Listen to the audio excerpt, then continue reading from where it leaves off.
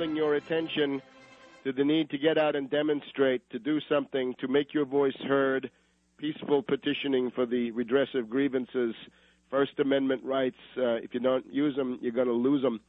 So that means emergency anti-war demonstration, Lafayette Park at the White House, Saturday, December 12th, 2009, 11 a.m. Stop the Obama-Reid Pelosi escalation of the Afghanistan war. And indeed, on Tuesday, December 1st, if that is the day, yes, Tuesday, December 1st, if that's the day that Obama actually goes on television, because he dithers so much you can't tell.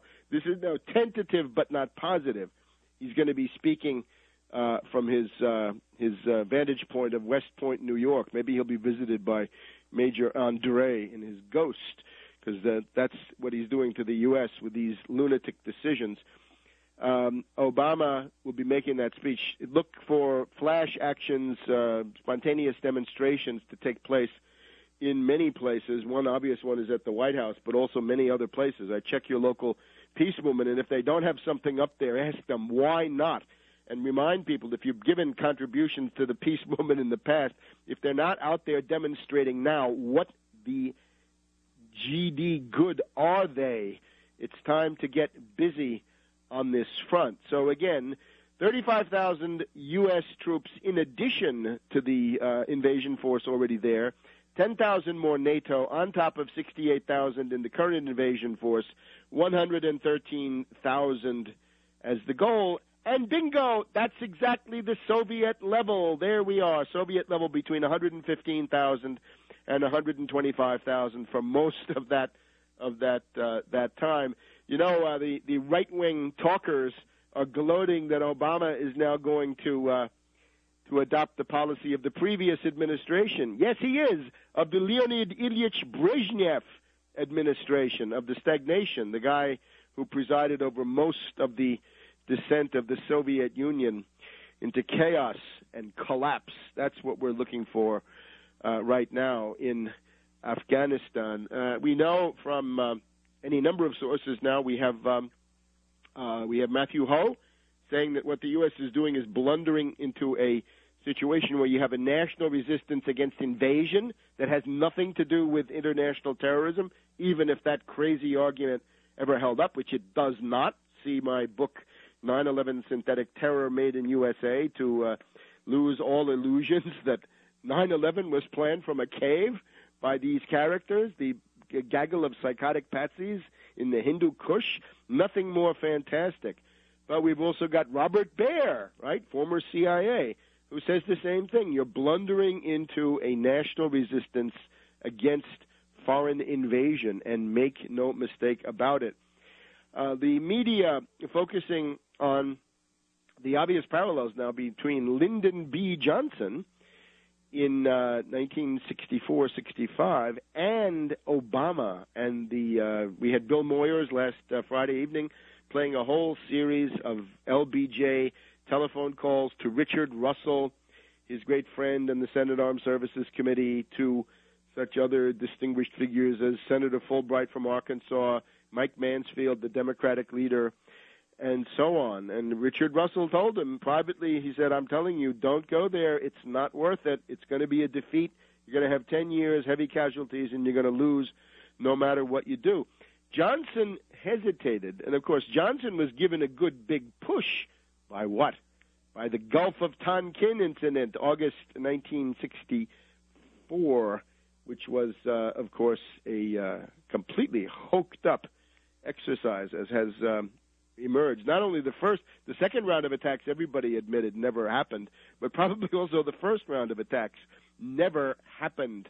You can see Admiral Stockdale's testimony on that score. So that's what happened under LBJ. So that reminds us, increased level, I would say now, red alert for false flag operations, Gulf of Tonkin incidents. This is precisely the time for it. There's a lot of comparison of Obama with LBJ, right? The Lehrer Report, PBS in general, the more sort of scholarly, cerebral, sort of left-ogark news broadcasts going into this. Remember, though, Johnson had real achievements, right? The Civil Rights Act. He had Medicare. He had any number of real steps forward that had been done. Obama, of course, has zero. So I think the collapse of Obama's popularity now going on, which we'll talk about later, was probably going to be accelerated beyond any comparison to LBJ. And, of course, the big issue now is, since Obama is apparently embarked on the stubborn course of escalation and national suicide, where is the figure in the Democratic Party or near it that's going to come forward and say, Obama, I challenge you in the Democratic primaries. I want to take the Democratic nomination away from you, and if I don't do it, I'll have a third party, and I'll defeat you any way I can. That is now what it comes down to. Too bad the left liberals let themselves be duped. Too bad the left liberals were so blinded by their hatred of Bush Cheney that they threw themselves into the arms of a villain and a dissembler and a hypocrite like Obama. The other big theme, of course, the Carter theme is now very big. Obama being compared to the catastrophic Trilateral Commission puppet Jimmy Carter.